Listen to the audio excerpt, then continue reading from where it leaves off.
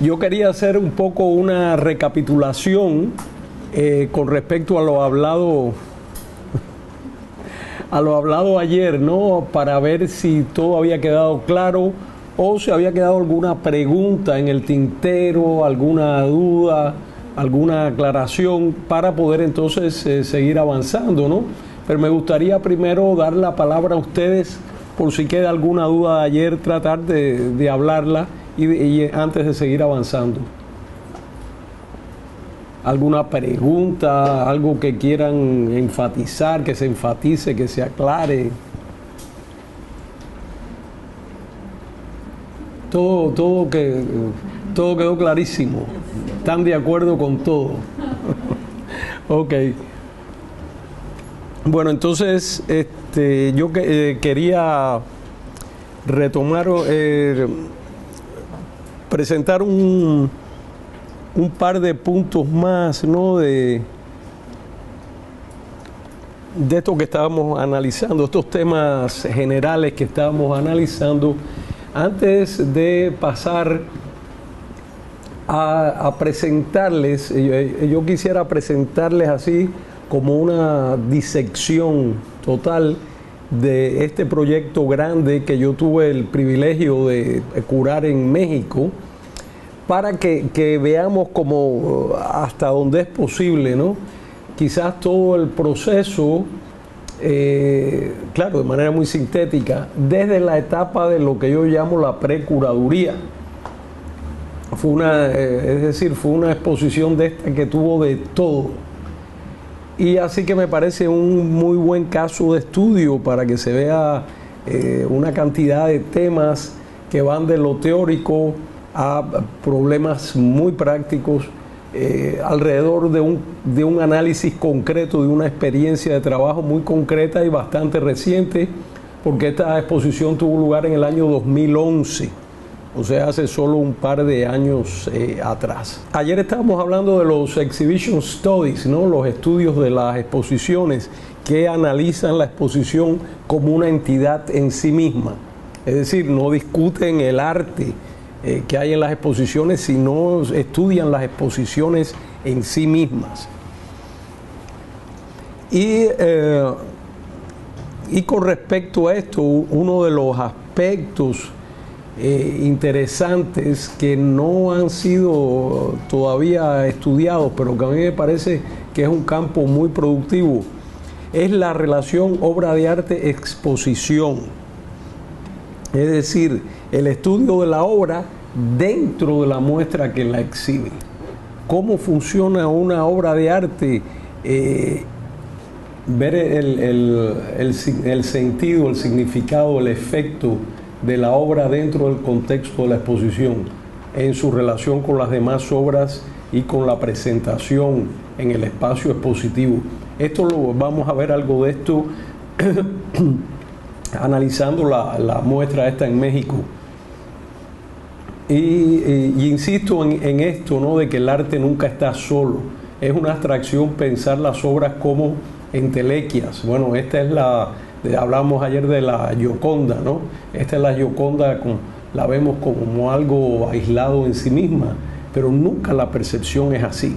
La Gioconda o está en el Louvre o está en la casa del capo mafioso de Nueva York, como en una película, ¿no? O es el retrato en casa del Giocondo en Florencia, en aquella época, o la tiene Leonardo consigo ahí en su mesa de noche, arrimada, ¿no? Ahí. Y esto, pues, generalmente no se tiene mucho en cuenta al pensarse la historia del arte en términos de los objetos y no tanto en la manera como estos objetos son percibidos y llegan a nosotros, los contextos de percepción de los objetos, de estas obras, ¿no? Son también muy importantes. Cada época ve las obras de una manera, cada sociedad, cada cultura, cada ser humano la recibe de una manera particular, acorde con sus propios intereses, sus percepciones, sus experiencias. Todo es un campo de estudio y de comprensión de la obra de arte que recién se inicia. Entonces nunca se me olvidará que me llevaron a un bar y sonaban las bombas y de pronto se fue la oscuridad en el bar y me resultó absolutamente fascinante ver cómo el bar ya tenía preparadas sus velas, pero la tenía hecha de una forma tipo boate, ¿no? En botellas y con su decoración, ¿no? Y entonces el ambiente en el bar se puso mucho mejor, ¿no? Era mucho más romántico y era más cálido, ¿no? Y entonces eso me dio a reflexionar, caramba, hay veces, ¿no?, que de qué manera el ser humano pues se sobrepone a unas condiciones muy duras y siempre trata de seguir adelante, ¿no? Y en eso, por eso, ¿sabes que ahora en esta época de crisis y eso, a la primera que le cortan el dinero es a la cultura? Porque dicen, parece que es un adorno, es una cosa superficial, cuando la cultura es todo. La cultura es todo, realmente. Y la cultura es la que nos permite, incluso en este caso, pues, afrontar una situación difícil, ¿no? Un amigo mío estuvo en el Líbano, aquí quizás hay algún descendiente de libanés aquí en Perú, que tantos hay, ¿no? En la época de la guerra aquella, ¿no? Y me decía, oye, esto es la ciudad que más vida nocturna tiene, que he estado yo, es esta, La Habana no es nada al lado de esto. Ahí la guerra está en una zona y las discotecas sonando por otra zona, ¿no? Así que esperemos que no haya que sacar las velas aquí esta noche.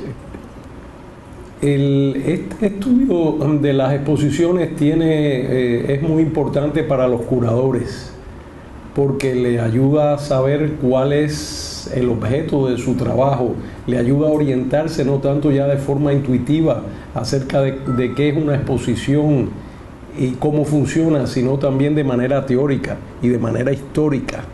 Se están haciendo ya historias de las exposiciones y cómo se van desarrollando y los cambios que ocurren de acuerdo con las épocas, de acuerdo con los lugares, las situaciones, las ideologías. Y entonces esto me parece que es muy pertinente para todo aquel que quiera dedicarse a la profesión, sobre todo el que empieza ahora estudiando, ¿no? El problema de ver un poco la historia de las exposiciones y ya no solo la historia del arte.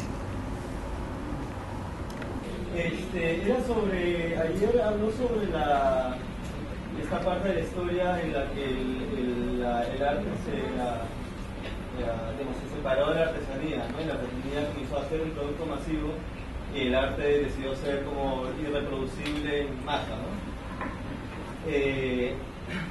Pero quería saber si había digamos, usted ve en el futuro, por ejemplo, una posibilidad de que el arte podría ser masivo en el sentido de reproducido por medios digitales, por ejemplo, impresiones 3D o impresiones digitales de alta resolución, en caso de inclusive importar ¿cómo se llama? Importar exposiciones enteras, ¿no? De alguna manera vía internet Sí, todo eso es posible. El problema es que es el arte o los artistas y todo el sistema del arte, vamos a decir con más propiedad, el que se opone a esto. Es el sistema el que se opone porque está montado de una manera dada que discutíamos ayer, ¿no? Dada alrededor del objeto suntuario aurático fetichizado que se vende uno por uno a un precio alto y es un original. Hay esa fetichización del original. Y entonces el sistema está montado así. Y ahí están las galerías, están las ferias, están los museos, están los críticos, están los profesores, están las escuelas, todo está montado así. Entonces, según tienes ya una posibilidad de reproducirlo, el mismo arte entonces se encarga de decir que ha reproducido solo 12 copias y ya no se reproducen más, para que cada uno de los que tenga las 12 copias sepa que tiene un paradójico original, ¿no? Entonces todo se basa en eso, es lo opuesto de lo que decíamos, lo que ocurre con la música. Al cantante le interesa que se venda 1 millón de CDs o que la gente le pague por bajar la música del internet, ¿no? Igual al cineasta o al escritor, ¿no? Pero aquí es otro sistema, porque el arte conserva una peste medieval, o iba a decir un olor, ¿no? Pero es un poco una peste medieval, en el sentido de que está ligado al handicraft, está ligado al handmade, o hasta podríamos decir el mental made, en el caso de toda la obra, en la desmaterialización del objeto artístico. Esta paradoja se ve muy bien, ¿no? Que a pesar de todo el famoso proceso de desmaterialización de la obra del arte, al cual Lucy Lippard dedicó un libro famoso, siempre hay un truco para que quede algo coleccionable y por lo tanto vendible. Es decir, hizo un performance salvaje, ahí repetible, ¿no? Pero siempre se ocupó de que le tomen buenas fotos o que le hagan un vídeo, que es lo que después se va a vender y coleccionar, ¿no? Entonces siempre hace la obra conceptual, ¿no? Tal, pero siempre hay un documento y que se vende después, ¿no? Entonces el sistema está montado así y así es como es.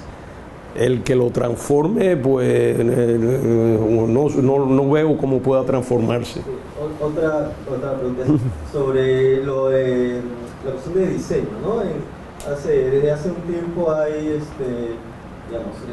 diseño, o algunos inclusive diseñadores han vuelto objetos de culto y casi están al mismo nivel del arte, ¿no? Y inclusive se montan muestras con diseñadores o diseños en museos, ¿no? En galerías, y son obras que han sido reproducidas en masa, ¿no? ¿Cómo ves en este contexto, ¿no? Porque en este caso estos diseñadores que son fetichizados se salen de un sistema de reproducción masiva como es el del diseño, que entra en el campo del mercado barato masivo para colarse en el mercado caro individual del arte y obtener mejores réditos, ¿no? Es decir, no es que lo hagan maquiavélicamente, es que el proceso funciona así. Fíjate, yo le recomiendo un libro muy cínico de Tom Wolfe que se llama From Bauhaus to Our House, en donde él se burla de que como todas las con grandes conquistas de la Bauhaus era para hacer viviendas populares, baratas, funcionales, ahorrando materiales, ahorrando espacio, tratando de darle una funcionalidad y tal, ¿no? Y entonces, bueno, todos estos ideales los hicieron después los arquitectos. Para dice Tom Wolfe que para hacer public housing que costaba millones de dólares, ¿no? Porque entonces esos ideales se usaban, pero para necesidades suntuarias, ¿no? Por el prestigio ganado por el Bauhaus. De nuevo, no se compraba tanto la casa, que a lo mejor era incómoda, o no se compraba tanto aquella silla de diseño donde no sabías cómo acomodarte, como estabas comprando el objeto fetichizado de prestigio y de status symbol.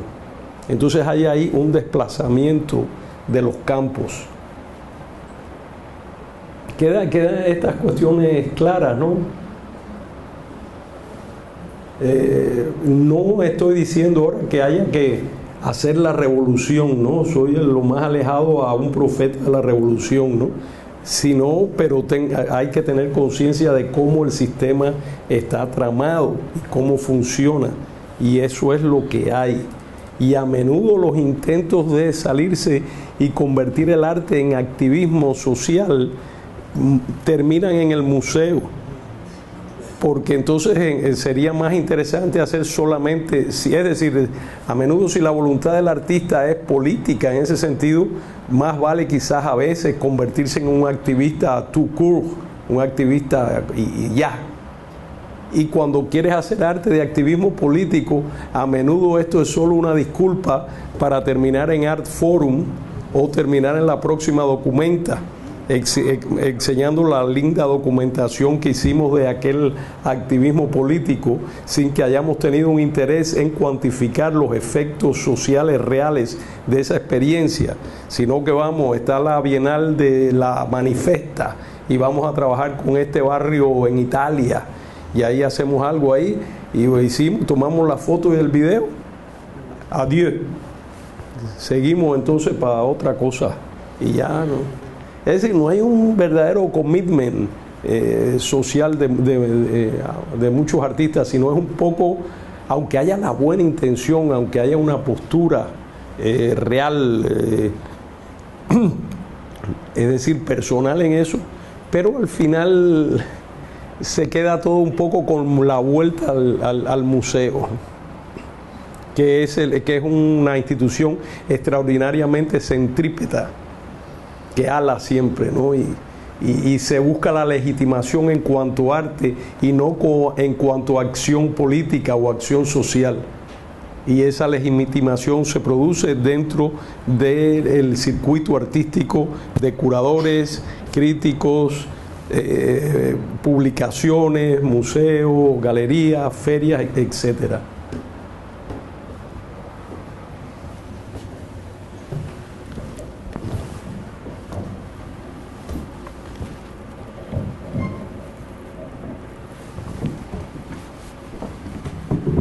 No, hablábamos de la discusión de la obra en un microcontexto, que es el microcontexto de la exposición, y esto permitiría analizarla no solo en sus contextos histórico, cultural y artístico, sino en su interdependencia en este pequeño contexto. Y esto también puede arrojar luz en cuanto a la relación artista-comisario, que es otro campo que daría para varios seminarios.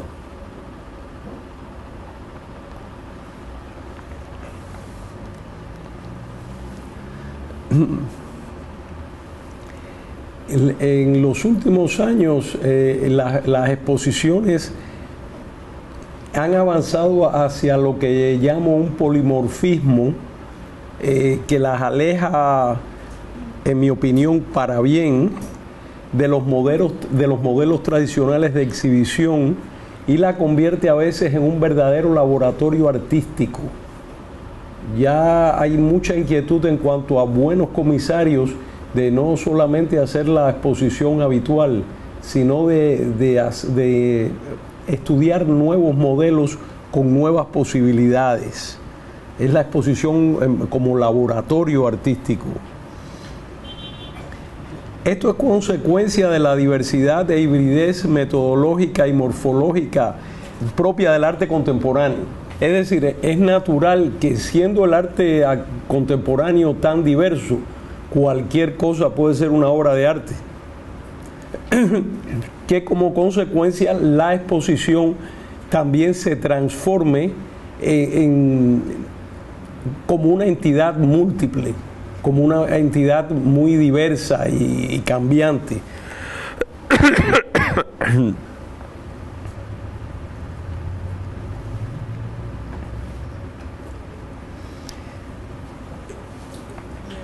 Es en buena medida porque las exposiciones tienen que seguir el arte, ¿no? Y entonces si el arte ya es alguien que convoca a la gente y cocina un plato tailandés muy sabroso y lo reparte gratuitamente, y entonces, bueno, ¿cómo tú presentas eso en la exposición?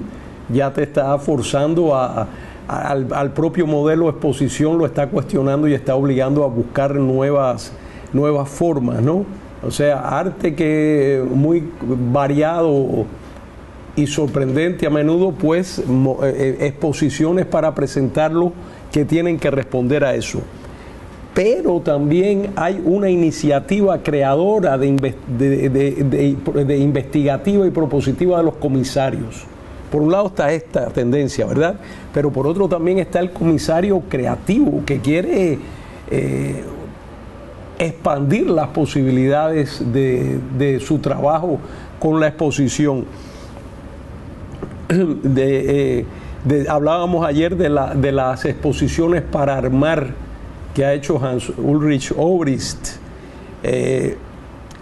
Oqui en Wessor, creando grandes plataformas de discusión de problemas contemporáneos que van muchísimo más allá del arte, como la celebró en la documenta que él curó, y que son plataformas que se fueron desarrollando. Fueron 5 plataformas en 5 países diferentes, o fueron 4, la quinta era la exposición en sí, en Kassel, pero las otras plataformas pues se desarrollaron en 4 distintos países con 4 distintos temas, en los que él convocó a especialistas de esos temas para discutir en formatos públicos, y de cada una de ellas se publicó un libro.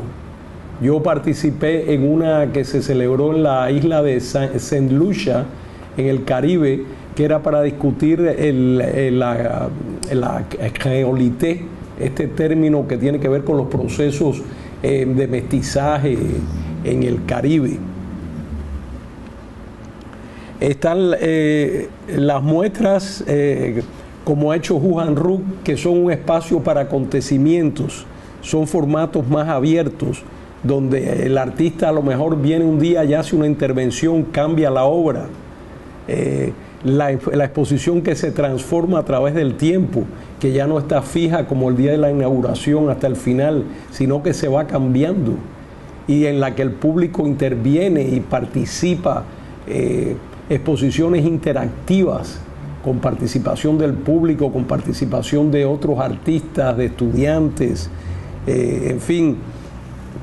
La exposición, que este es un formato muy interesante también, ligadas a talleres y residencias, como hicieron Vasif Kortun y Charles Esch en Istambul unos años atrás, en que se convocaba a los artistas a que hicieran residencias en la ciudad, se familiarizaran con la ciudad y sus problemas, y produjeran obra responsiva a estas situaciones, en un intento por superar eso que criticábamos ayer del divorcio entre Bienal y ciudad, y que hablábamos de este síndrome del platillo volador, ¿verdad? Bueno, pues estos colegas intentaron de este modo vincular muy próximamente la obra de los artistas con la ciudad en cuestión y sus problemas y necesidades.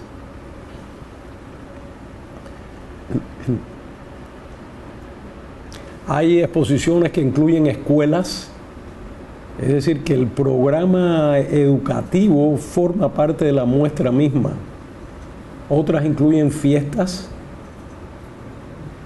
el sentido de lo festivo, ¿no? Que si vienen a ver, bueno, decían los antiguos que nil novum sub sole, ¿no? Si vemos a ver la fiesta en las sociedades tradicionales, está ligada a manifestaciones visuales que después se disgregan y se especializan, pero la fiesta es una actividad de creación de cultura visual también, y un poco que muchas exposiciones han vuelto a eso, ¿no? Y a introducir el elemento este del festejo, del festival, ¿no? Hay otras que transforman significativamente la arquitectura del lugar que las alberga. Hay artistas, es el caso, por ejemplo, de una exposición curada por Tayana Pimentel en Miami. Muchísimas gracias. ¿Te lo pongo ahí? Sí. No es ron, ni pisco, ¿no? Es un terreno intermedio, no en esta exposición en Miami se hizo en el Consulado de México, que tiene allí un espacio de exposición, ¿no? Entonces Tayana curó una exposición ahí muy controvertida, y de ella formó un excelente grupo de artistas mexicanos que se llama Tercero un Quinto, que son originarios de Monterrey. Y entonces ellos lo que hicieron fue romper la pared que separaba el espacio de la exposición del consulado, de las oficinas del consulado, no como para tratar de expresar, no una manera de comunicar el arte con la dura situación de los mexicanos en Estados Unidos que iban a resolver sus problemas al consulado, ¿no? Entonces era como decir, qué cómodo, ¿no? De esta pared para acá es la cultura mexicana y aquí la presentamos y viene hasta el alcalde y todo muy bien, ¿no? Pero de esta pared para acá está la verdad, que es la duro problema migratorio, ¿no? Donde están todos los burócratas ahí con todas sus cosas, ¿no? Entonces ellos pues rompieron la pared, eso fue todo. Y ahí hubo que seguir el consulado trabajando y la gente entonces veía a los burócratas a manera de piezas de arte, ¿no? Se asomaban por el hueco y veían ahí los tipos negándole las cosas y todo esto. Entonces, como ven, hay una gran cantidad de posibilidades y de nuevos formatos y nuevas cosas, ¿no? Porque el formato tradicional de la exposición es en realidad muy viejo. Y pues necesita, como todo en la vida, evolucionar, ¿no? Y buscar nuevos caminos, refrescar, ¿no? Y esto pues se ha avanzado mucho en los últimos tiempos, ¿no? No sin dejar de cometer exageraciones, ¿no? A veces se va la mano.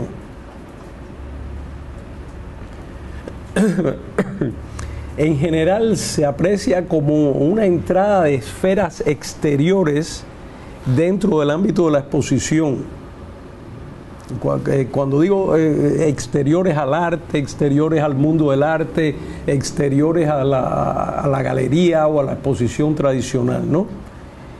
Pero a la vez la exposición se abre a la calle. Recuerdo otro ejemplo que ha sido una de las obras que a mí más me ha impresionado.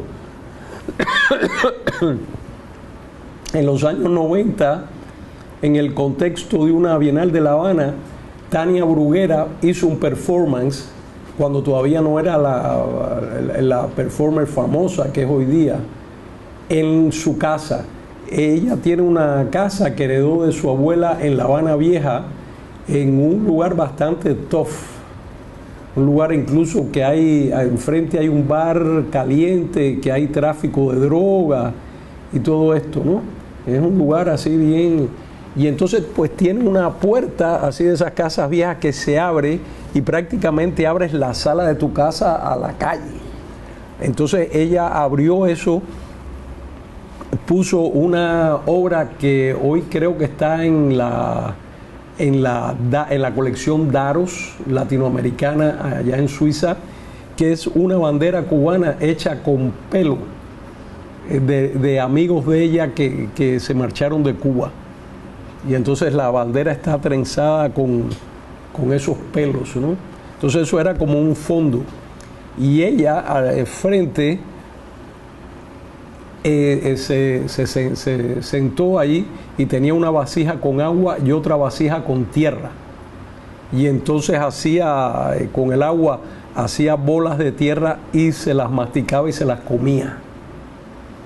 De ahí entonces que era una declaración muy fuerte, ¿no? Era un momento muy complicado en Cuba, muy duro, un momento en que se fueron mucha gente, una gran diáspora, y un momento muy difícil.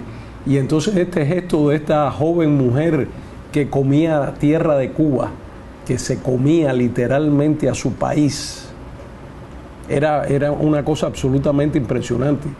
Pero más impresionante era aún que ahí estaba la gente de la calle, ¿no?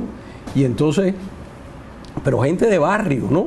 Recuerdo hasta un perro que entró en un momento, un perro callejero entró ahí, y ahí estaba. Había una extraordinaria comunicación entre el lugar aurático donde ocurría el performance y la calle misma, ¿no? Y entonces la gente comentaba, dice, no, oye, esta quiere decir que aquí en Cuba estamos comiendo tierra, que es una frase popular en Cuba para decir que estamos muy mal, ¿no? Estamos comiendo tierra. Está también la alusión a algunos cronistas de India decían que los aborígenes cubanos comían tierra para suicidarse ante la situación esta de esclavitud a la que eran sometidos, ¿no?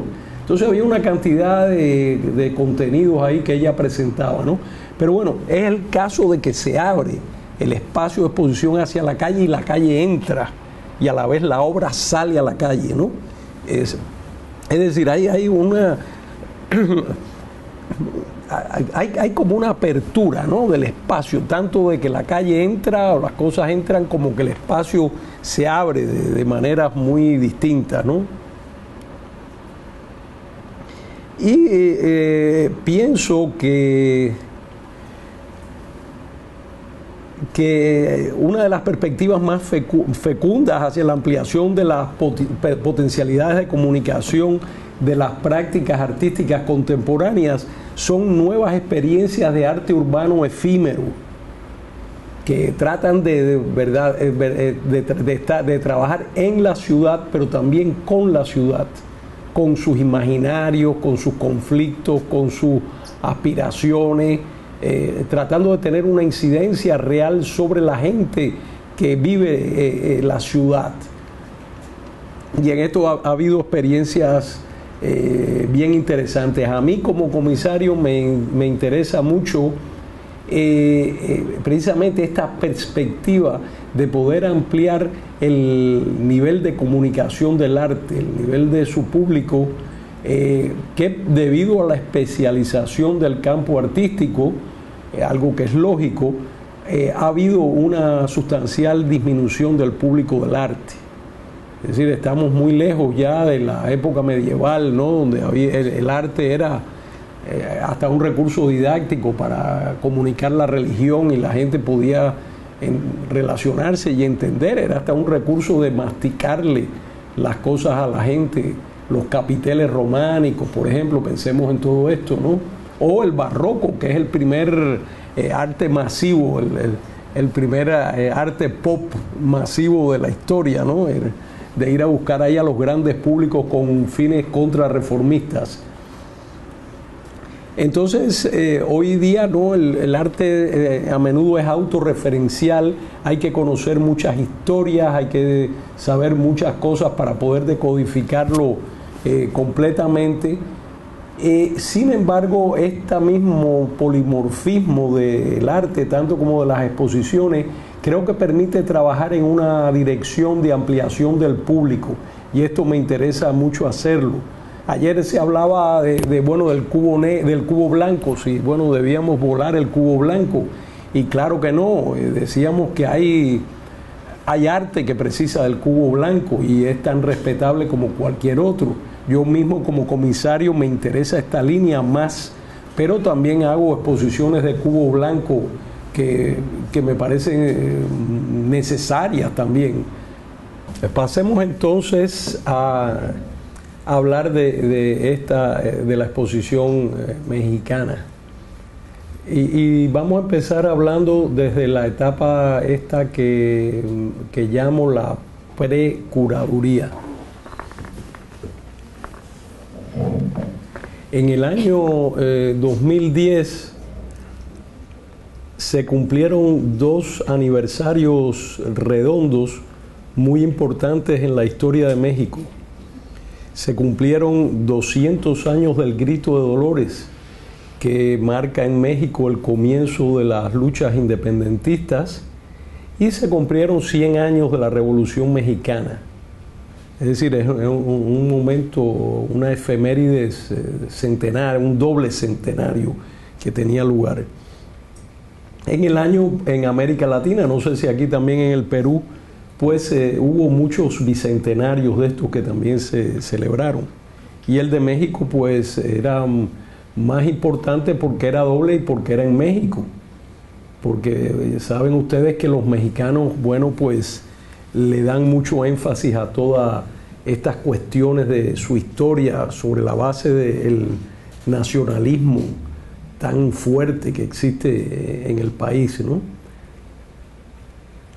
Entonces, como resultado de eso, se hicieron una cantidad de conmemoraciones y se puso un gran énfasis por el gobierno en hacer estas celebraciones.